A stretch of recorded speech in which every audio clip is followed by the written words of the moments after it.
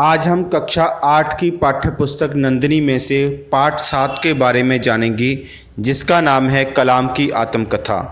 इस पाठ में भारत के पूर्व राष्ट्रपति डॉक्टर एपीजे अब्दुल कलाम के बारे में बताया गया है। डॉक्टर एपीजे अब्दुल कलाम भारत के पूर्व राष्ट्रपति थे।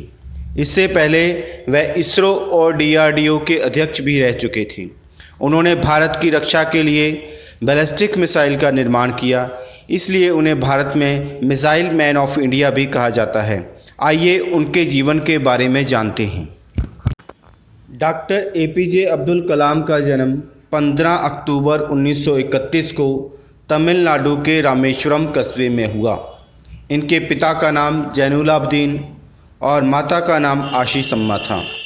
इनके पिता बहुत अधिक पढ़े लिखे नहीं थे, परंतु फिर भी वह बहुत समझदार और उदार व्यक्ति थे। वो सादा जीवन व्यतीत करते थे। इनकी माता धार्मिक विचारों वाली स्त्री थीं। डॉक्टर एपीजे अब्दुल कलाम अपने पुश्तैनी घर में रहते थे। रामेश्वरम में मस्जिद वाली गली में ये चूने पत्थर से बना पक्का मकान था।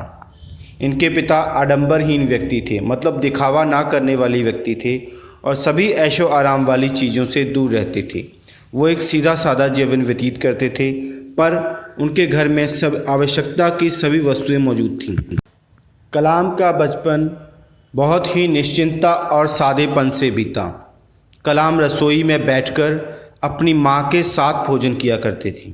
इनकी माँ इनके सामने केले का पत्ता बिछाती और फिर उस पर चावल और साथ में स्वादिष्ट सांभर के साथ घर का बना अचार रख देती। इनके इलाके में बहुत ही पुरानी मस्जिद थी, जिसमें हर शाम को वे अपने पिता के साथ नमाज पढ़ने जाते थे।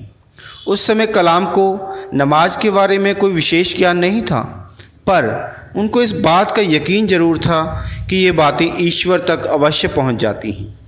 कलाम को अपने पिता से विरासत के रूप में ईमानदारी और आत्म अनुशासन मिला और माँ से ईश्वर में विश्वास और करुणा का भाव मिला। कलाम के बहनोई जलालुद्दीन उनसे 15 साल बड़े थे। उनका कलाम के बचपन पर, कलाम के जीवन पर बहुत गहरा प्रभाव था।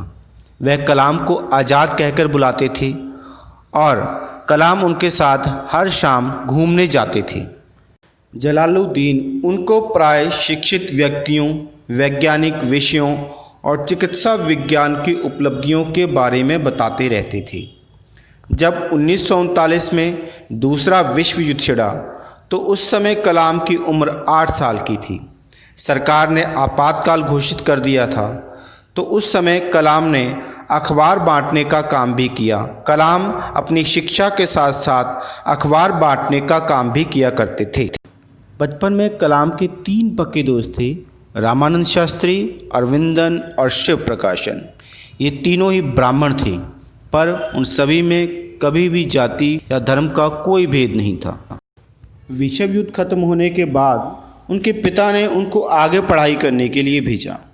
1950 में उन्होंने मद्रास इंस्टीट्यूट ऑफ टेक्नोलॉजी से अंतरिक्ष विज्ञान में स्नातक की उपाधि प्राप्त की।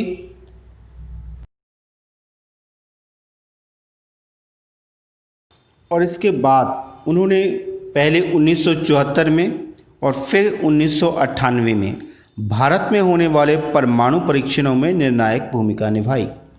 भारत की रक्षा के लिए उन्होंने बैलिस्टिक मिसाइल का निर्माण किया, जिसके लिए उन्हें भारत का मिसाइल मैन कहा गया। 1999 में उन्होंने परमाणु हमला करने में सक्षम अग्नि मिसाइल का परीक्षण किया। वैसे तो कलाम जी को बहुत से पुरस्कारों से सम्मानित किया गया, पर 1997 में कलाम जी को भारत के सबसे बड़े पुरस्कार भारत रत्न से सम्मानित किया गया। इसके बाद सन 2002 में उनको भारत का राष्ट्रपति बनाया गया।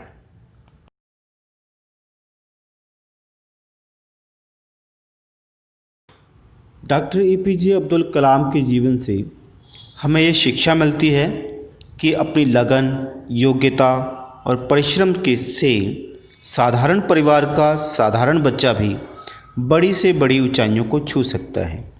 इसलिए हमें अपनी ईमानदारी और लगन के साथ कार्य करते रहना चाहिए।